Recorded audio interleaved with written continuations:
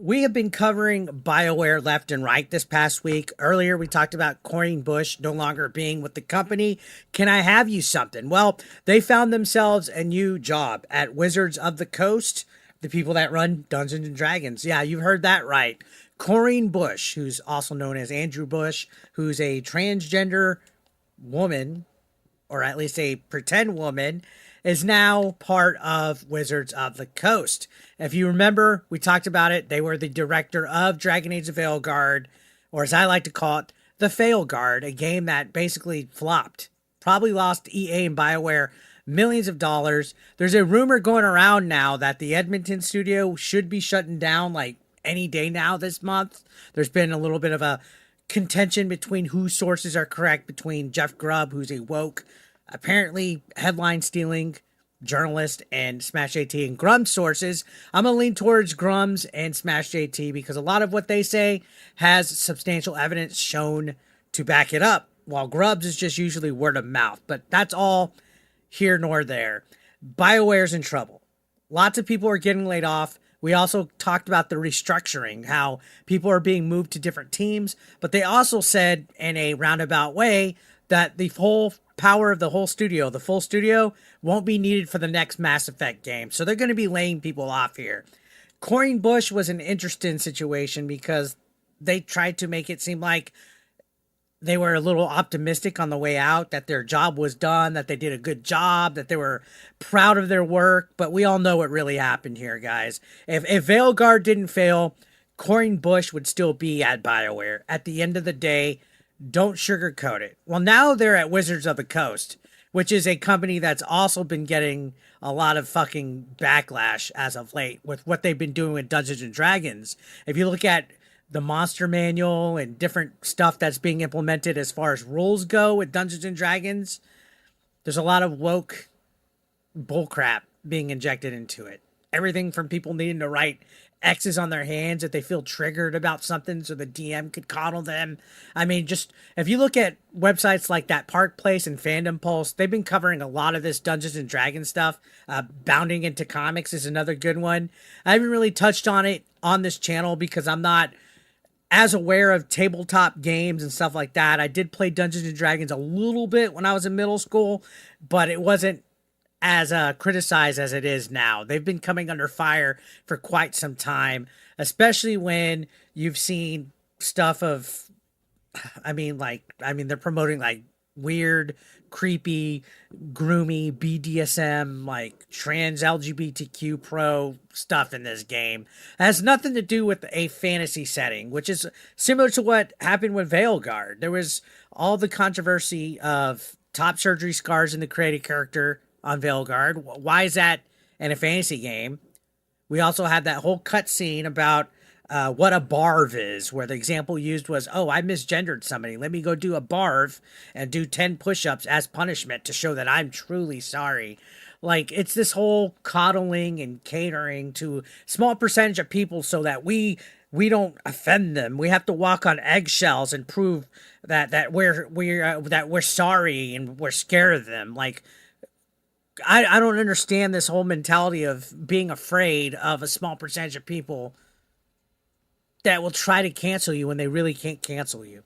Anyways, it's transferred into everything, especially Dungeons and Dragons, where on Fandom Pulse, they're talking about a lot of stuff, saying that they incorporated BDSM fetish community practices in the game for safe spaces, that the handbook is filled with imagery of certain things that are pretty woke, that the females are of a margin of more than 5-1 for white male characters, which is the exact opposite of the demographic of who plays the game.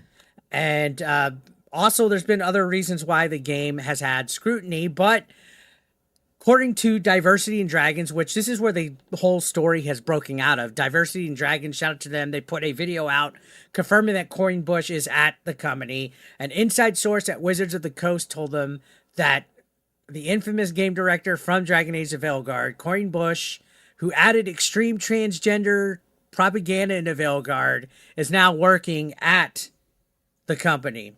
Which now this just means that Wizards of the Coast is going to become even more infected with all this nonsense. All this nonsense that, in my opinion, has no business being in games. She already helped kill, or should I say they? I'm not catering to this, oh, that's a she, okay? That's a dude pretending to be a woman. You know, they ruined BioWare already. They destroyed it and they left in its wake. People are going to be losing their jobs here. Just remember the other day they downsized to less than 100 people at BioWare, with the entire story team of Dragon Age of Veilguard getting cut. We talked about how all these woke writers that wrote for the game, they're gone now. They have been cut loose. Who knows if they're going to find their footing elsewhere or if they're going to be moved to Mass Effect. But this restructuring is just a roundabout way of saying that people have gotten fired. So Bush, if you remember, they posted to Blue Sky with this whole encouragement, optimistic, I want to encourage everyone not to read too much into this. This was my decision, and I love making these kind of RPGs, and thank you for entrusting me with the Dragon Age brand, and it was an honor, and blah, blah, blah, like cutting it up. These people will never admit when they failed. They will never admit when they've done wrong. They never admit when they've insulted gamers. They'll never admit when they injected politics. And in fact, Corinne Busche is trying to say that Veilguard failed because there was a hate campaign against it. They will blame everything but themselves.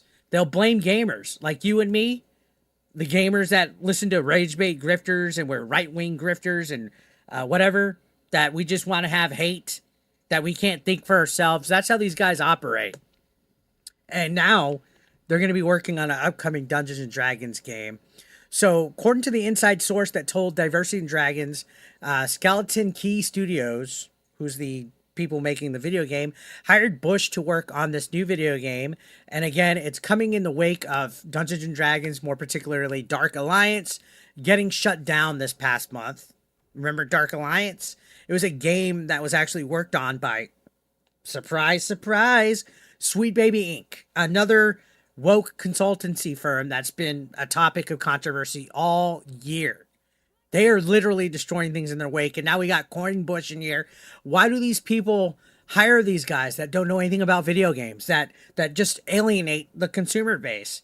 They want to double down on forcing diversity. I mean, don't you see what's going on here? Oh, well, normal players don't care about it. Yeah, you're right. Normal players don't care about it. That's why they're not supporting this. On top of that, Smash JT has also verified this through his own industry contacts, confirming this rumor, and basically told Fandom Pulse it's all connected behind the scenes. I mean, if you really think about it, there's a strange timing between BioWare laying people off and then Dungeons and Dragons video games getting laid off. Look, all right? It's a whole bunch of retards that have no business being in the gaming industry, working on video games, and they're using it as a political platform. So go check out Fandom Pulse. Go check out Smash JT. I just wanted to give my thoughts. Thank you so much for watching. I'll see you on the next one.